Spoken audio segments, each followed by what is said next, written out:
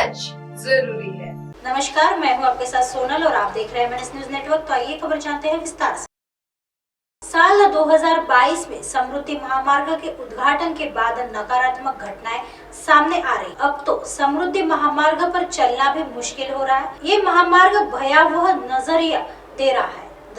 दुर्घटनाओं के बाद बड़ी डकैती की घटनाएं सामने आ रही है। आइए देखते हैं क्या है पूरा मामला। यह खबर संभाजी नगर से सामने आ रही है। समृद्धि हाईवे पर रात का सफर अब खतरनाक होता जा रहा है, क्योंकि पिछले कुछ दिनों से समृद्धि महामार्ग पर पथराव की घटनाएं लगातार देखने को मिल रही है। इस बीच एक ऐसा ही वाकया फिर सामने आया है। वैजापुर के सुरला शिवारा में समृद्धि हाईवे से गुजरने वाले वाहनों पर पथराव की एक और घटना सामने आई है।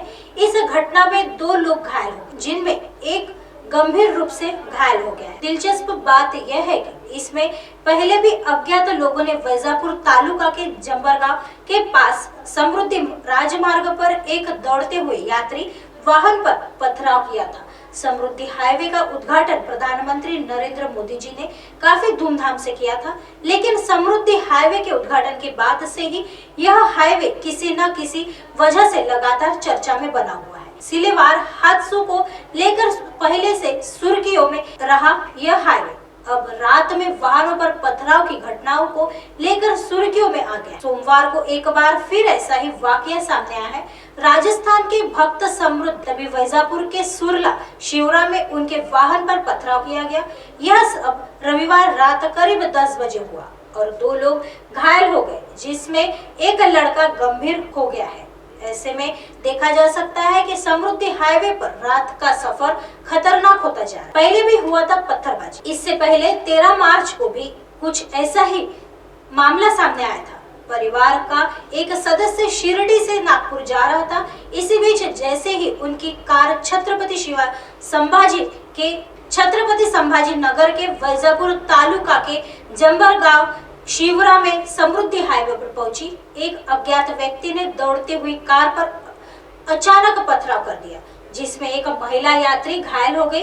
उनके वाहन के पीछे चल रहे वाहन पर भी पथराव किया गया। इस बीच इसकी सूचना पाकर वैजापुर पुलिस मौके पर पहुंच गई।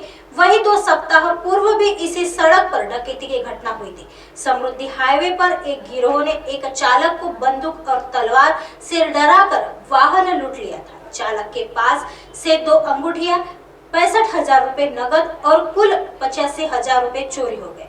एक के बाद एक हो रही इस तरह की घटनाओं से समृद्धि हाईवे पर रात का सफर अब खतरनाक होता जा रहा है। आइए बढ़ते हैं अगली खबर की तरफ।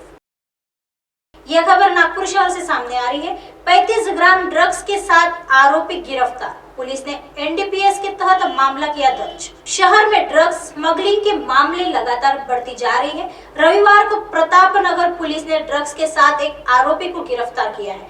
आरोपी के पास से पुलिस ने 35 ग्राम MD बरामद किया गया है, जिसकी कीमत 3,50,000 रुपए बताई जा रही है।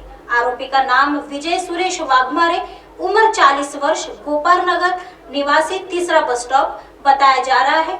मिली जानकारी के अनुसार क्राइम ब्रांच को जानकारी मिली थी कि एक आरोपी ड्रग्स की स्मगलिंग कर रहा है और वह आज ड्रग्स लेकर हिंगना रोड की तरफ जाने वाला है। जानकारी के आधार पर पुलिस ने प्रतापनगर थाना अंतर्गत सुभाष नगर टी पॉइंट पर जाल बिछाया। इस दौरान तड़के 3 बजे आरोपी अपने 2 पहिया वाहन क्रमांक MH40 AG 7876 से आते हुए दिखाई दिया। अधिकारियों ने उसे रोकने का इशारा किया, लेकिन आरोपी भागने लगा, लेकिन वहां मौजूद स्टाफ की मदद से उसे पकड़ लिया गया।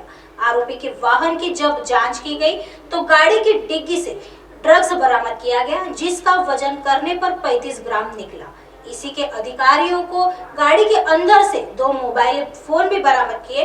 इस दौरान पुलिस ने कुल 4,32,000 रुपए का सामान जब्त किया। प्रतापनगर पुलिस ने आरोपी के खिलाफ NDPS एक्ट के तहत मामला दर्ज कर गिरफ्तार कर लिया और आगे की जांच जारी है। आइए बढ़ते हैं अगली खबर की तरफ। और एक मामला सामने आ रहा है। नितिन गडकरी जी के धमकी भरे कॉल करने वाले शख्स गिरफ्तारी को लेकर पुलिस ने आरोपी जयेश पुजारी को किया गिरफ्तार, लाया गया नागपुर। यह खबर नागपुर शहर से सामने आ रही है। केंद्रीय मंत्री नितिन गडकरी जी की धमकी मामले में नागपुर पुलिस को बड़ी कामयाबी मिली है। बेलगावी जेल में बंद आरोपी जयेश पुजारी को पुलिस ने गिरफ्तार कर लिया है और उसे नागपुर लाया गया है। स्पेशल फ्लाइट के जरिए आरोपी को नागपुर लाया गया है। इस बात की जानकारी नागपुर पुलिस आयुक्त अमितेश कुमार ने मंगलवार को आयोजित प्रेस वार्ता में दी। आरोपी को आज कोर्ट में पेश किया जाएगा। ज्ञात हो कि आरोपी जयेश कांता बेलगाम जेल में आजीवन कारावास की सजा काट रहा है। जाने पूरा मामला। 2 महीने पहले केंद्रीय मंत्री जी के कार्यालय में एक फोन आया। गडकरी को मिली धमकी के बाद से राज्य में व्यवस्था सतर्क हो गई है। 21 मार्च की सुबह खबर आई कि नितिन गडकरी के जनसंपर्क कार्यालय को 3 धमकी भरे फोन आए। एक बार फिर राजेश पुजारी के नाम से गडकरी को धमकी मिली है। फोन पर बात करने वाले ने 10 करोड़ रुपए की फिरौती मांगी है। उधर इस मामले में नागपुर पुलिस ने धनतोली थाने में रंगदारी मांगने और धमकी देने का मामला दर्ज किया है। साथ ही नागपुर पुलिस की एक टीम बेलगांव के लिए रवाना हो गई। युवती को हिरासत में लिया। इस मामले में नागपुर पुलिस ने रजिया नाम की युवती को मैंगलोर से हिरासत में ले लिया है।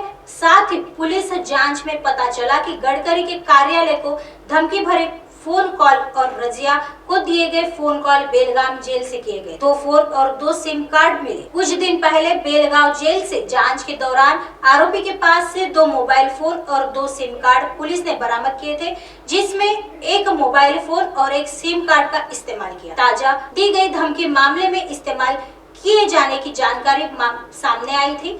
साथ ही जनवरी महीने में दी गई धमकी में इस्तेमाल सिम कार्ड भी पुलिस ने बरामद किया है। हालांकि इन सिम कार्ड का इस्तेमाल अन्य लोगों को भी धमकाने में इस्तेमाल किया गया है। क्या इसका खुलासा जांच के बाद होने की संभावना पुलिस व्यक्त कर रही है। आरोपी दूसरे केस में जाना चाहता था बाहर। धनतोली पुलिस की एक टीम क्राइम ब्रांच के साथ बेलगाम जेल में उससे पूछताछ करने गई थी। पुलिस उसके पास गई और उससे पूछताछ। उस वक्त उसके पास से कई वीआईपी के नाम वाली एक डायरी और कुछ आपत्तिजनक दस्तावेज जब्त किए गए थे।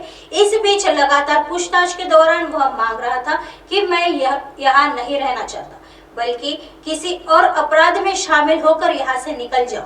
बेलगाम जेल से केंद्रीय मंत्री नितिन गडकरी जी के कार्यालय में बीते मंगलवार को फिर फोन आया। इस बार उसने डी गैंग दाऊद का सदस्य होने का नाटक करते हुए गडकरी की हत्या करने की धमकी दी। ऐसी खबरें फिर लेके आएंगे इसी समय इसी जगह। तब तक देखते रहिए एमएनएस न्यूज नेटवर्क। नमस्कार।